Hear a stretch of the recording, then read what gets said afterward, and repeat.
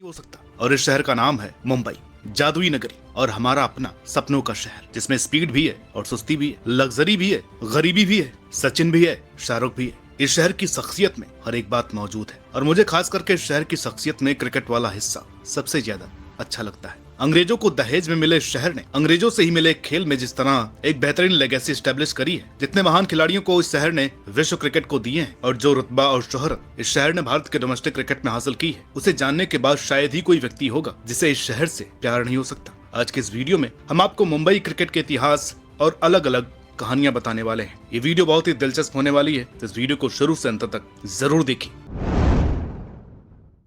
दोस्तों, कहा जाता है कि भारत की धरती पर सबसे पहला क्रिकेट मैच ब्रिटिश सेलर्स के द्वारा कोलकाता के आसपास साल 1721 में खेला गया था और उसके बाद धीरे धीरे समय के साथ साथ यह खेल ब्रिटिशर्स से पारसी लोगों ने सीखा और फिर मुख्य तौर पर मुंबई की पारसी कम्युनिटी के लोगों ने भारत के आम लोगों के बीच क्रिकेट का खेल ले जाने में और भारत में लोगों के बीच इस खेल को पसंदीदा बनाने में सबसे महत्वपूर्ण भूमिका निभाई थी। मुंबई के दोराबजी टाटा ने साल 1884 में पारसी जिमखाना बनवाया था और फिर 2 सालों के बाद इसी कम्युनिटी के खिलाड़ियों की मेहनत और कोशिश का परिणाम था कि 1886 में भारत से क्रिकेट टीम खेलने के लिए पहली बार इंग्लैंड दौरे पर गई थी। मुंबई के पारसी खिलाड़ियों को इस टूर पर कोई बड़ी सफलता हासिल नहीं हुई थी, मगर उसके बावजूद भी साल 1888 में एक बार फिर इन खिलाड़ियों ने एक और टूर करने का फैसला किया और इस तरह से भारत के लोगों के बीच क्रिकेट को लेकर बातचीत होनी शुरू हुई। पारसी लोगों ने अपने ट्रेनिंग के लिए सबसे पहले मैदान बनाने शुरू किए। मुंबई में जिन जगहों पर पहले कभी कोई भी क्रिकेट नहीं खेलता था, वहां पर क्रिकेट का खेल आम बात हो गई थी और फिर पारसी लोगों ने भारत में क्रिकेट मैच करवाने का फैसला लिया। साल 1889 में लॉर्ड हॉक की कप्तानी में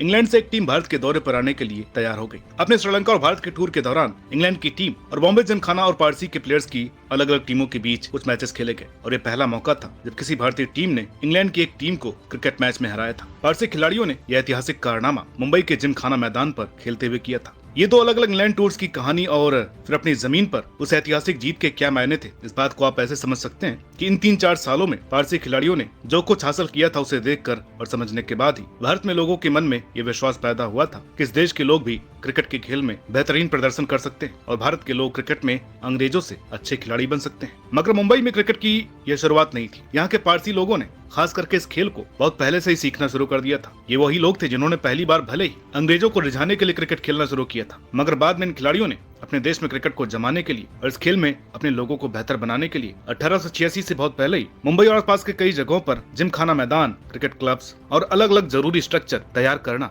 शुरू कर दिया था, जिसका परिणाम ये हुआ कि हमारे देश के खिलाड़ी क्रिकेट के खेल में महज 40-50 सालों में ही अंग्रेजों के बराबर आकर के खड़े हो गए थे। आज के मुंबई शहर की जमीन पर खेले गए जिस मैच साल 1797 में मिलिट्री 11 वर्सेज आइलैंड 11 नाम की 2 टीमों के बीच खेला गया था। साल 1848 में रईस पारसी लोगों ने मुंबई में ओरिएंटल क्रिकेट क्लब का निर्माण किया, जो बहुत ही कम समय में बंद हो गया, जिसके बाद यंग जोरोस्ट्रेन क्लब का निर्माण हुआ, जो आज तक चल रहा है। पारसी लोगों को देखते हुए और उनसे एक तरह की इंस्पिरेशन लेकर मुंबई में हिंदू धर्म से जुड़े लोगों ने भी क्रिकेट खेलना शुरू किया और अपनी एक टीम बनाई और बहुत जल्द ही इन दोनों टीमों के बीच साल दर साल निश्चित रूप से क्रिकेट मैच होने शुरू हो गए और फिर साल 1866 में बॉम्बे यूनियन हिंदू क्लब बनाया गया और फिर साल 1778 के आसपास हिंदू जिमखाना मैदान भी बनाया गया था। साल 1889-90 में जब पारसी खिलाड़ियों ने इंग्लैंड टीम को हरा दिया, तब देश विदेश में भारत के क्रिकेटिंग टैलेंट और पोटेंशियल पर बातें होनी शुरू हो गई थी। ये वो समय था जब मुंबई के गवर्नर लॉर्ड हैरिस थे, जिनकी देखरेख में साल 1892 में बॉम्बे टूर्नामेंट की शुरुआत हुई थी। साल 1906 तक इस टूर्नामेंट में पारसी और यूरोपीय खिलाड़ियों की 2 टीमों के बीच ही मुकाबले हुआ करते थे, जिसके बाद हिंदू टीम भी इससे जुड़ गई और ये टूर्नामेंट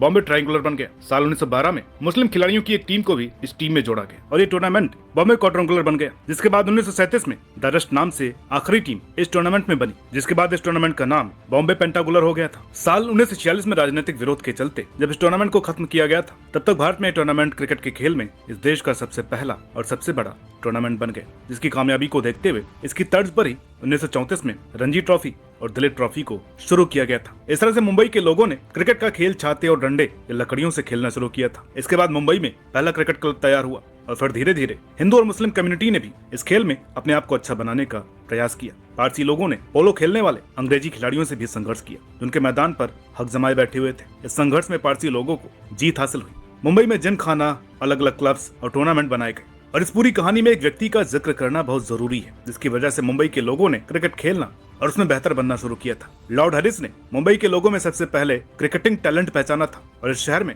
क्रिकेट का खेल कितना बड़ा हो सकता है, यह हैरिस को समझ में आ गया था। उनके गवर्नर रहते हुए इंग्लैंड में बॉम्बे टूर्नामेंट की शुरुआत हुई थी और हैरिस ने अपने टेन्योर के दौरान ही मरीन ड्राइव के आसपास समुद्र के सामने जिमखाना क्लब और मैदानों को तैयार करवाया था। साल 1892 में जब बॉम्बे टूर्नामेंट की शुरुआत हुई थी तो ये पहला मौका था जब भारत की जमीन पर कोई फर्स्ट क्लास क्रिकेट मैच खेला गया था। और वहां से साल 1933 में पहली बार भारत में पहला अंतर्राष्ट्रीय मैच भी मुंबई के जिमखाना मैदान पर ही खेला गया था।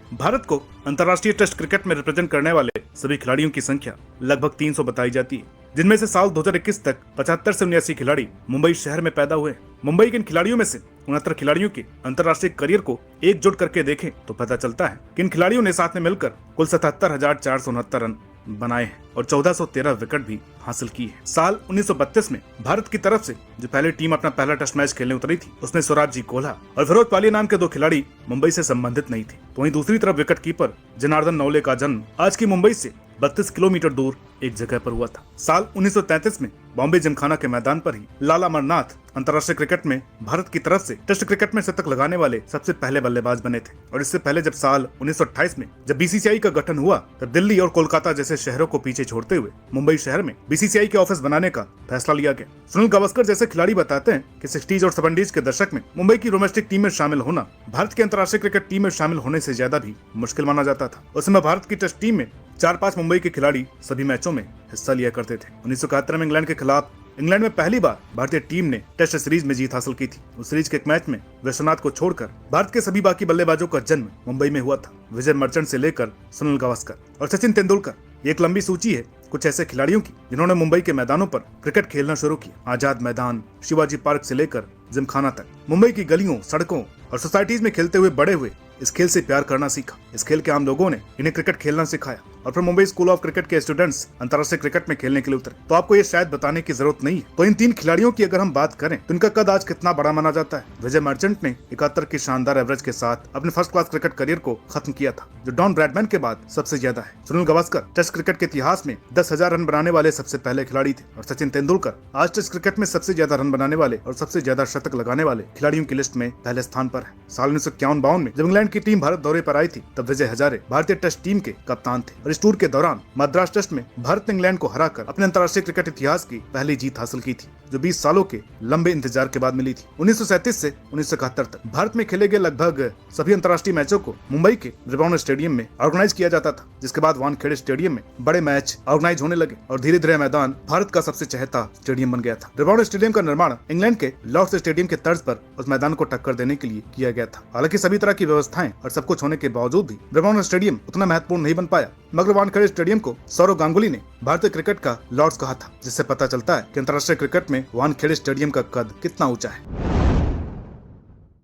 मुंबई क्रिकेट एसोसिएशन का गठन बीसीसीआई के बनने से 2 साल बाद 1930 में हुआ था और आज ये मुंबई, थाने और ग्रेटर मुंबई की क्रिकेट को गवर्न करने का पूरा काम यही बॉडी संभालती है। आज की तारीख में एमसीए अलग अलग जगहों पर 120 क्रिकेट टूर्नामेंट्स ऑर्गेनाइज करवाता है, जिसमें कांगा लीग का नाम भी आता है। बॉम्बे ने 1934-35 में रणजी ट्रॉफी का पहला टूर्नामेंट ऑर्गेनाइज किया था, जिसमें 15 टीम ने हिस्सा लिया था और फाइनल में मुंबई की टीम ने नॉर्दर्न इंडिया की टीम को 208 रन से हराकर यह खिताब हासिल किया था। अगले सीजन में मद्रास की टीम को फाइनल में हराकर मुंबई ने अपना खिताब अपने साथ, और इस तरह रणजी ट्रॉफी के पहले 20 सीजन में 7 सीजन में विजेता रहने वाली मुंबई की टीम ने खुद को डोमेस्टिक क्रिकेट के सबसे बड़े स्तर पर साबित कर दिया था। ये दबदबा आगे भी इसी तरह कायम रहा। जब साल 1955-56 से लेकर 1976-77 तक लगातार 22 सीजन में से 20 खिताब मुंबई की टीम ने हासिल किए थे। 1958-59 से लेकर 1972-73 तक का रिकॉर्ड अगर आप उठा करके देखते हैं तो यहाँ आपको साफ तौर पर भारत के डोमेस्टिक सर्किट के सबसे बड़े टूर्नामेंट में मुंबई शहर की डोमिनेंस और उनका दबदबा ही दिखाई देता है, क्योंकि इस समय में मुंबई की टीम ने लगातार 15 बार यह खिताब हासिल किया था। इस दौरान भारत की अंतर्राष्ट्रीय टीम में भी मुंबई के खिलाड़ियों का प्रभाव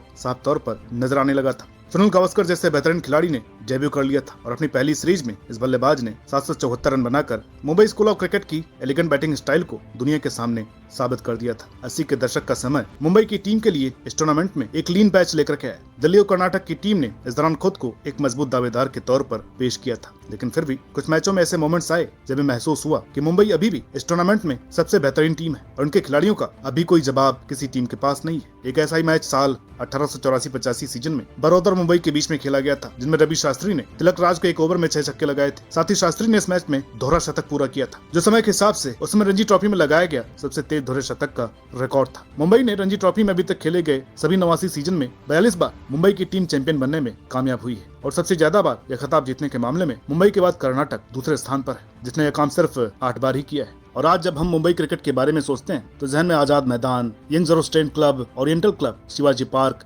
जिमखाना, वानखेड़े और ब्रिजबाउन स्टेडियम जैसे नाम बिल्कुल दिमाग पर बोझ डाले बिना ही याद आ जाते हैं। और अपनी रफ्तार में रहने वाला ये शहर इन जगहों पर एलिगेंट, कंफर्टेबल और कॉम्पिटिटिव नजर आता है। आप एक ही बार सोच करके देखिए कि आज जिस शहर में पैर रखने जितना जमीन भी मिलना मुश्किल हो गया है, वहाँ कुछ सालों पहले एक ही जगह पर 22 अलग अलग पिचेस पर बच्चे पूरे दिन क्रिकेट खेला करते थे। आज मुंबई में आजाद मैदान पर सिर्फ 12 पिचेस ही सही कंडीशन में बची हुई है। लेकिन एक समय था जब 70 से 100 खिलाड़ी एक साथ ही मैदान पर अलग अलग टीमों की तरफ से खेला करते थे और ये समझ में नहीं आता था कि कौन सा खिलाड़ी किस मैच में कौन सी टीम की तरफ से खेल रहा है। शिवाजी पार्क का नाम आते ही 10-12 साल के एक बच्चे की कहानी घूमने लगती है जो अपनी सोसाइटी से अपने बड़े भाई के साथ इस मैदान पर प्रैक्टिस करने के लिए अपने कोच के पास आता था। बहुत दूर से खेलने के लिए आता था और उसके कोच हमेशा उसके सामने पिच पर डटे रहने का चैलेंज डाल देते थे। अपने विकेट को सस्ते में गेंदबाज को दे देना तो वैसे भी मुंबई खिलाड़ियों के डीएनए में नहीं होता था। मुंबई शहर की शख्सियत में ही खड़ूस स्वभाव भरा हुआ है और ऊपर से कोई चैलेंज कर देता है तो फिर चाहे पूरा दिन क्रिकेट खेलना पड़े, लेकिन आउट होकर चैलेंज हार करके घर जाने का सवाल ही नहीं उठता। वो खिलाड़ी सचिन रमेश तेंदुलकर भी ऐसा ही खड़ूस था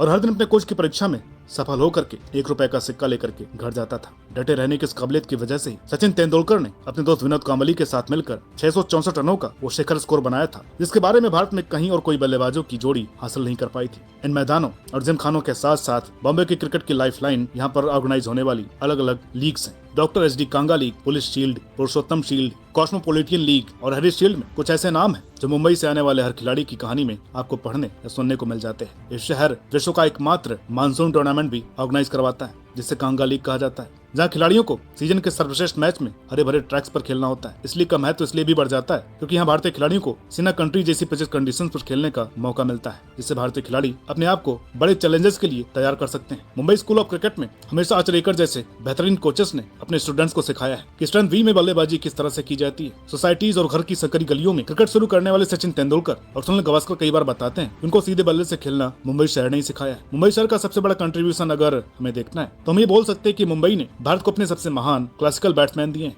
इनकी टेक्निक का मुकाबला दुनिया भर में कोई भी दूसरा बल्लेबाज नहीं कर सकता है। मुंबई क्रिकेट और इस स्कूल से निकले खिलाड़ी हमेशा के लिए रेलेवेंट क्यों रहेंगे और कौन सी एक बात इस शहर को क्रिकेट के मामले में पूरे भारत से अलग करती है, वो ये है कि शहर के खिलाड़ियों को समय और स्थिति के अनुसार खुद को बदलना भी बहुत अच्छे से आता है। अपने क्लासिकल बैट्समैन के लिए प्रसिद्ध इस शहर ने फारूक इंजीनियर, रोहित शर्मा और सूर्य कुमार यादव जैसे तेज तर्रार और तूफानी बल्लेबाजों को भी पैदा किया है। आज मुंबई के मैदानों में, डोमेस्टिक क्रिकेट में और क्लब्स में ऐसे कई खिलाड़ी हैं जो T20 क्रिकेट में भारतीय टीम का भविष्य बन सकते हैं। समय के हिसाब से इस शहर ने T20 क्रिकेट में भी अपना प्रभाव बनाए रखा हुआ है और IPL में इस शहर के नाम पर बनी टीम कितना बड़ा ब्रांड बन गई है आप सभी जानते हैं। साल 2016 में एक अरसे बाद शायद पहली बार ऐसा हुआ था जब इंग्लैंड के खिलाफ एक मैच में भारत की एक ऐसी टीम मैदान पर उतरी थी जिसमें कोई भी खिलाड़ी मुंबई से बिलोंग नहीं करता था। हाँ, ये जरूर है कि भारत की अंतर्राष्ट्रीय टीम में अब मुंबई के खिलाड़ियों की संख्या और उनका प्रभाव उतना ज्यादा नहीं रह गया है जितना पहले हुआ करता था और इसके कई अलग अलग कारण हैं, जिनमें सबसे महत्वपूर्ण और अच्छा कारण ये है कि नई सदी की शुरुआत के साथ ही भारत के छोटे बड़े शहरों और कस्बों से लगातार भारत की अंतर्राष्ट्रीय टीम में खिलाड़ियों के आने का सिलसिला लगातार चलता रहा है और अब हर राज्य,